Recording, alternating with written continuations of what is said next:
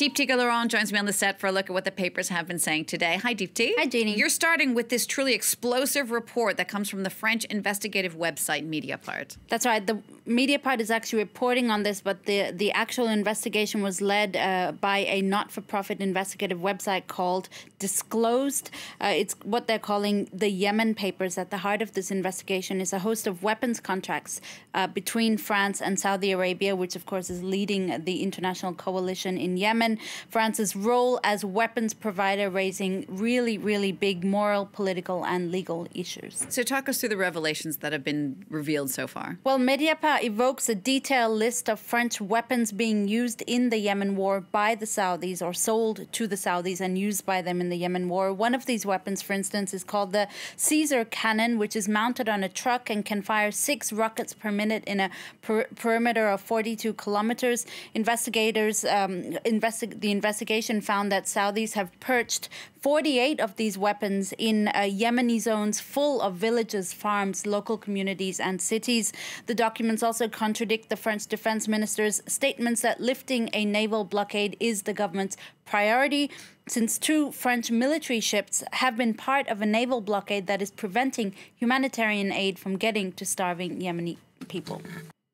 Now, Le Monde newspaper is also claiming that France offered generous tax waivers for one of India's richest men, Anil Ambani. That's right. This story has really sparked a political storm in India just 3 days after the country's 6-week elections kicked off. This Le Monde report says around the time that the Rafale deal was being negotiated between France and India, French authorities apparently waived off 144 million euros in taxes that they demanded from an Ambani company.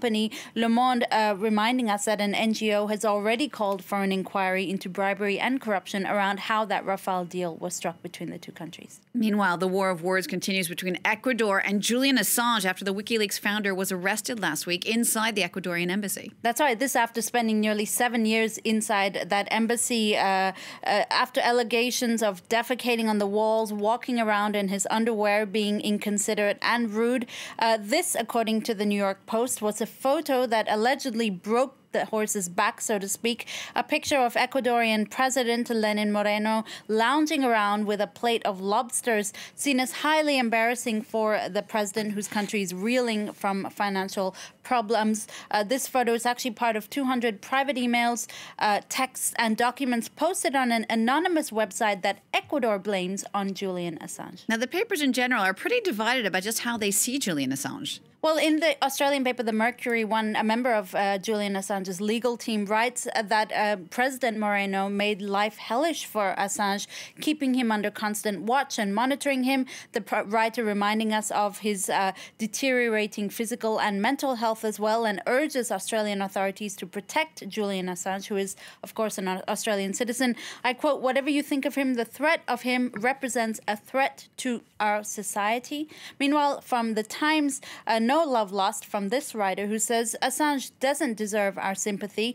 I quote, "History will judge WikiLeaks' anti-Western nihilism harshly." Something completely different now. We're going to focus on golf. It's rare we talk about golf in the press review. And right. Tiger Woods is dominating the front pages after his Masters win, which is the first in 11 years. I think proof that you don't really even have to follow golf to know how big this story is, because it's making a lot of the front pages today, like you see here on the Daily Telegraph, which calls it the greatest comeback since Muhammad Ali.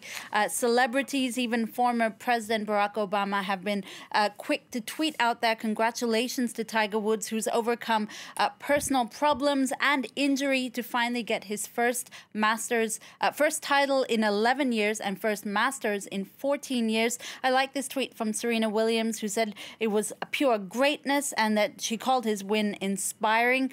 I also like this user's tweet hailing Tiger Woods' comeback victory. And Game of Thrones, what a day. Speaking of, what have the papers been saying about this first episode of the final season of Game of Thrones that just aired? Well, you know, after much speculation, we'll finally know who rules Westeros at the end of this season 8 of Game of Thrones. The first episode is already aired in the US. It's sure to dominate social conversations for the next 6 weeks, no doubt, Jeannie. If you don't know what the Iron Throne is, or you don't know who Jon Snow is, well, The Independent has put together a helpful guide to faking your way through Game of Thrones conversations. For instance, you can pick a random character and predict his or her death in any episode of season 8. As we were saying earlier, Jeannie, pretty much everyone dies in Game of Thrones, so you have a good chance of actually being right.